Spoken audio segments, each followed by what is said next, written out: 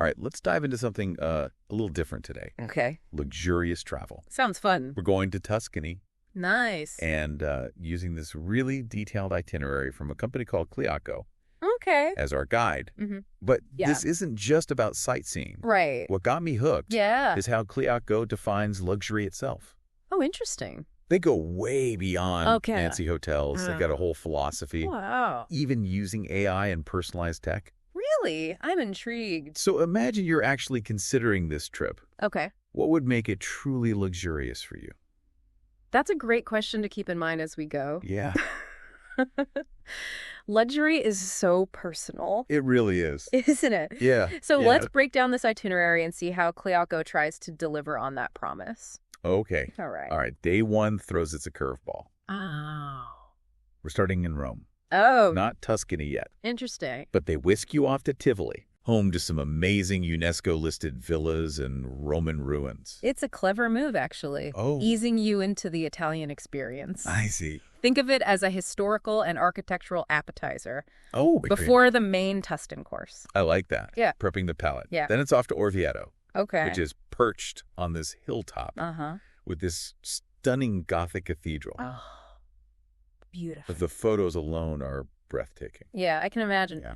Orvieto is known for its medieval atmosphere. That well-preserved historic center is like stepping back in time. Yeah. And then finally you arrive in Siena, Mm-hmm. the quintessential Tuscan hill town. Exactly. Yep. Narrow streets, Yep. Gothic architecture. Uh-huh. And they mentioned the Palio, Okay. this historic horse race in the Piazza del Campo. I've heard of that. That name alone sounds like Instagram gold. It's iconic. Oh, yeah. And that's just day one.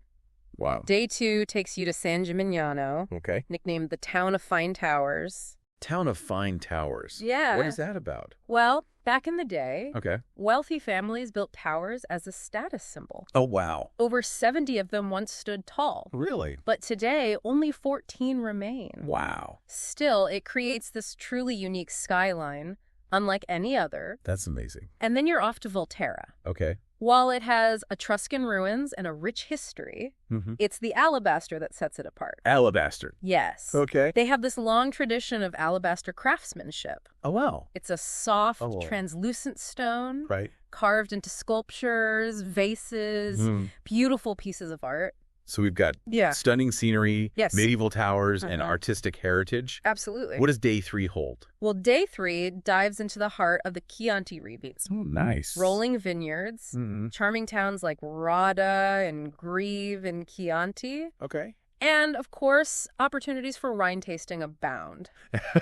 We're not sipping Chianti, surrounded by vineyards, soaking up the Tuscan sun. Yeah. It already sounds luxurious. It does, doesn't it? Yeah. But the day isn't over yet. Oh, really? Next, you're whisked off to Lucca, Okay. famous for its remarkably well-preserved Renaissance walls. Wait, walls? Yeah. Like the entire city is walled. Precisely. Oh, wow. Built in the 16th and 17th centuries for defense, they're completely intact. Really? You can actually walk or bike along the top, Wow. getting this panoramic view of the city and countryside. That's incredible. Yeah. All right, day 4. Okay. What's the grand finale? Another whirlwind tour focusing on southern Tuscany. Okay. It starts with Montepulciano, known for its Vino Nobile wine. Okay.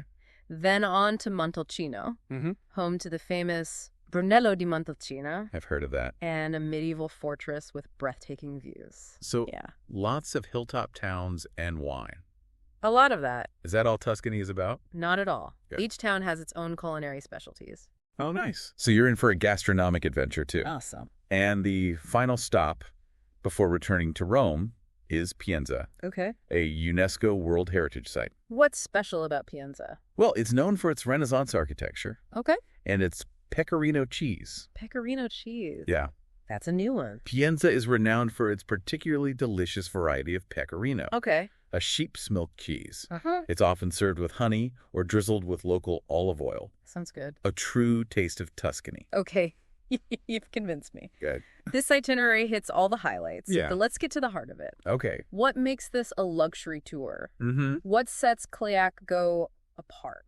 That's where it gets interesting. Okay. They have a whole section on their approach to luxury, Uh-huh. and it's not about thread counts or champagne wishes. Okay. They've got 7 key principles. Wow. All about crafting a truly unique and personalized experience. 7 principles. Okay, let's unpack those. Let's do it. The first one is understanding subjectivity. Understanding subjectivity. Yeah. Okay. They acknowledge that luxury is personal, not a one-size-fits-all concept. Right. So they aim to tailor the experience to your individual preferences. That makes sense. Yeah. But how do they actually put that into practice? Right. It's easy to say. Yeah. But how do they ensure the experience is truly personalized?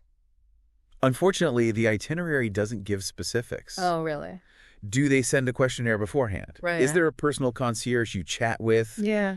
Those details would be crucial Yeah. for someone actually considering this trip. Right. Vague promises aren't exactly luxurious. Yeah, I agree. What's the next principle? Creating exclusivity is number 2. Okay. They emphasize small group sizes to ensure privacy and a more intimate experience. Small is relative, though. That's true. 10 people.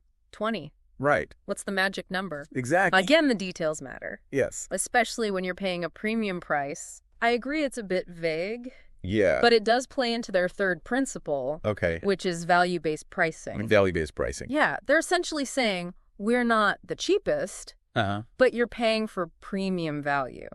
But what tangible extras justify that price? Yeah. Value is subjective too. For sure. Are we talking upgraded accommodations, private transportation, Right. or exclusive access to certain sites? I need specifics. Yeah, you and me both. Yeah. The document mentions exceptional additions and attention to detail, Okay. but concrete examples are missing. Right. It's a bit like saying a car is high performance without mentioning horsepower or top speed. Exactly. Yeah. Show, don't tell. Yeah. All right. On to principle number 4. This one's called authentic storytelling. Okay. And it's all about immersing you in local culture. Okay. Going beyond just seeing sights, but understanding the stories behind them, connecting with the history, people, and traditions of Tuscany. Sounds lovely, but again, I'm craving specifics. I understand. How do they achieve that authentic storytelling? Right. Local guides with personal anecdotes, a cooking class with the Tuscan grandmother, Yeah. a private tour of a family-run winery. Those are good examples. Yeah. But the itinerary leaves us guessing. Yeah. Without more detail, it's hard to gauge how they deliver on this principle. All right. On to principle number 5. Okay. This one sounds intriguing. Okay. Managing intangibles. Managing intangibles. What does it even mean in the context of a trip? It's about going beyond the tangible. Okay. The things you can see and touch. They want to create peace of mind, a sense of security, Dope. and seamless execution. That sounds nice. Yeah. But how do you manage peace of mind? That's the challenge. Right. It's one thing to promise seamless logistics and personalized attention, but delivering is another story. I'd want to know what specific measures Cliaco takes. Yeah. Do they have a 247 concierge service? Right. Backup plans for flight delays?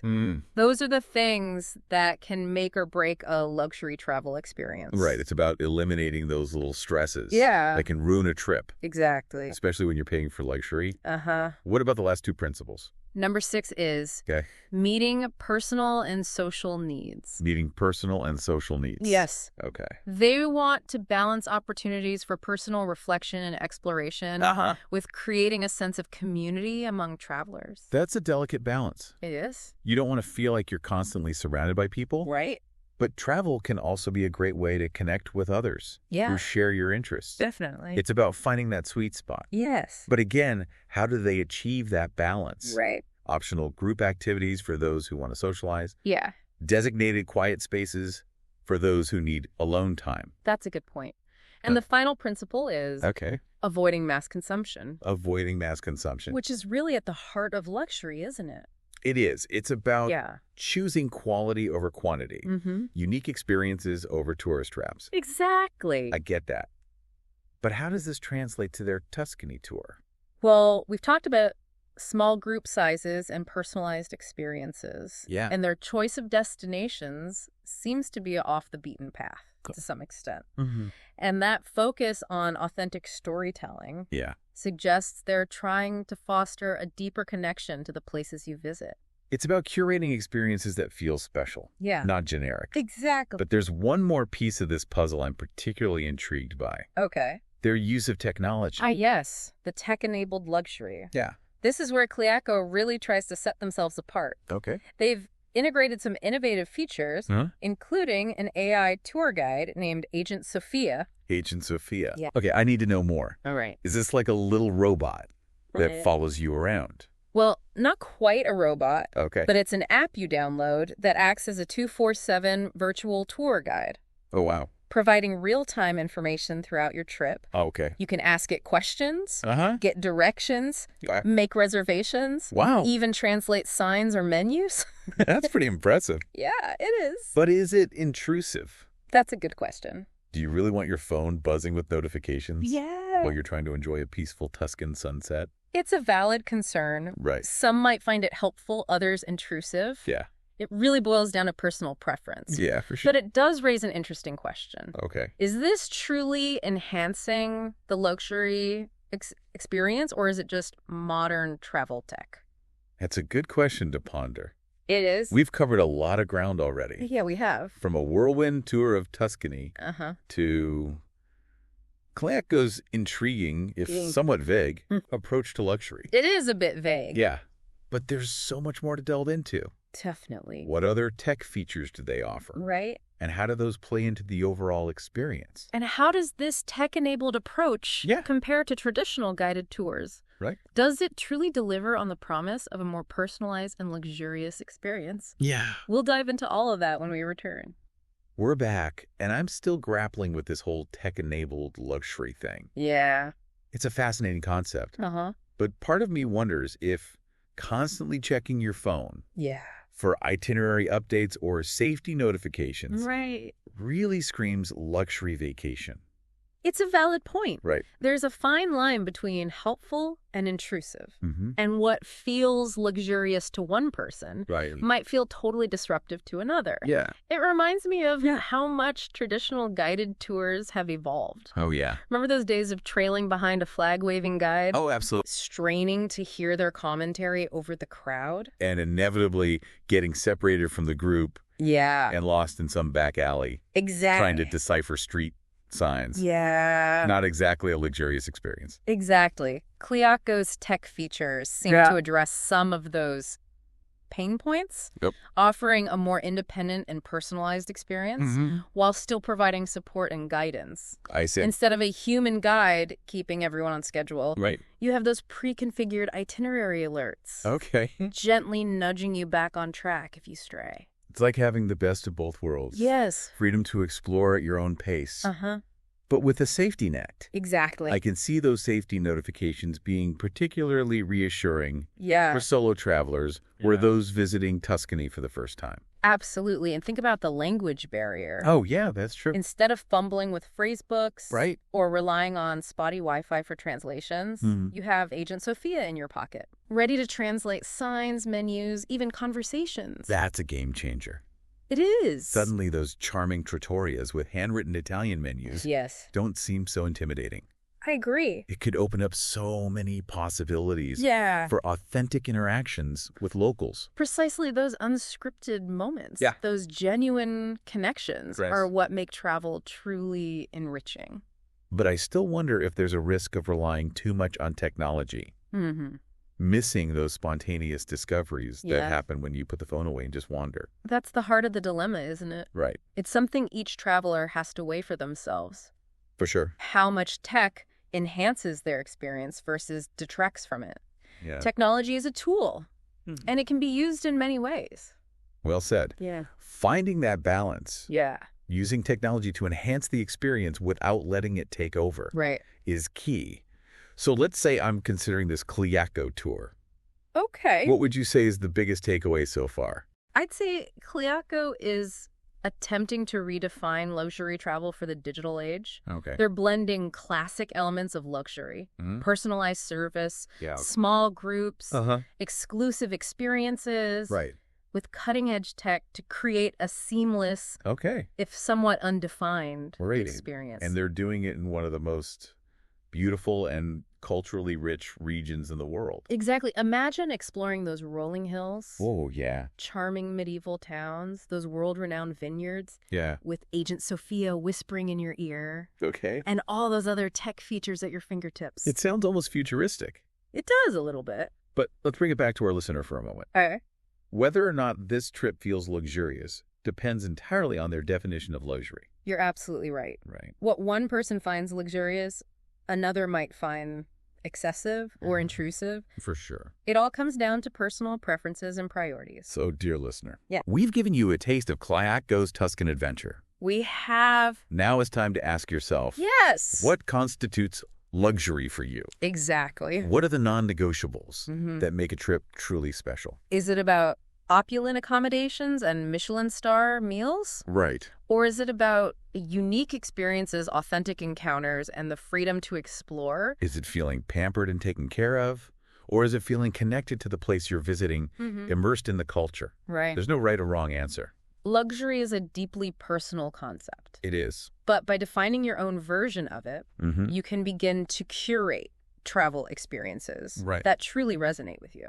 Beautifully put. And if you need inspiration, picture yourself wandering the cobblestone streets of San Gimignano, Siena, Lucca. Yes. Imagine sipping Chianti in a sun-drenched piazza. Nice. Taking in the Tuscan charm. Sounds lovely. And if Kayakgo's tech-enabled approach has piqued your interest, delve a little deeper, explore their website, check out their other tours, and see if their philosophy aligns with your travel style. Excellent advice. After all, the best luxury travel experience is one that speaks to your soul, definitely creating memories that will last a lifetime. But there's one piece of this tech puzzle we haven't explored yet. Oh. They mentioned all these other features. Emergency communication, GPS tracking, even geofence alerts. Yeah. What are those all about? Yeah, what are those? And do they truly enhance the experience or cross a line? That's a good question, and one we should definitely unpack. Yeah. Do these features provide genuine value and peace of mind, or do they venture into the realm of surveillance and information overload? We'll dive into that when we return for the final part of our Tuscan deep dive. Okay, we're back. And it's time to unpack that final layer of Kayakgo's tech-enabled approach. All right. They've got all these extra features like GPS tracking and geofence alerts, and I have to admit it's making me a little uneasy. Real. It all sounds a bit Big Brother-ish. I understand your concern. Yeah. It's a tricky balance, isn't it? Yeah. On one hand, these features are framed as safety and convenience tools, providing peace of mind, especially for travelers unfamiliar with Tuscany. On the other hand, it does raise questions about privacy and how much data is being collected and used. Right. Let's take them one by one. Okay. They offer emergency communication with direct access to local emergency numbers. That seems practical, especially if you don't speak Italian. Absolutely. Yeah. It removes the stress of trying to find the right numbers in a critical situation. Right.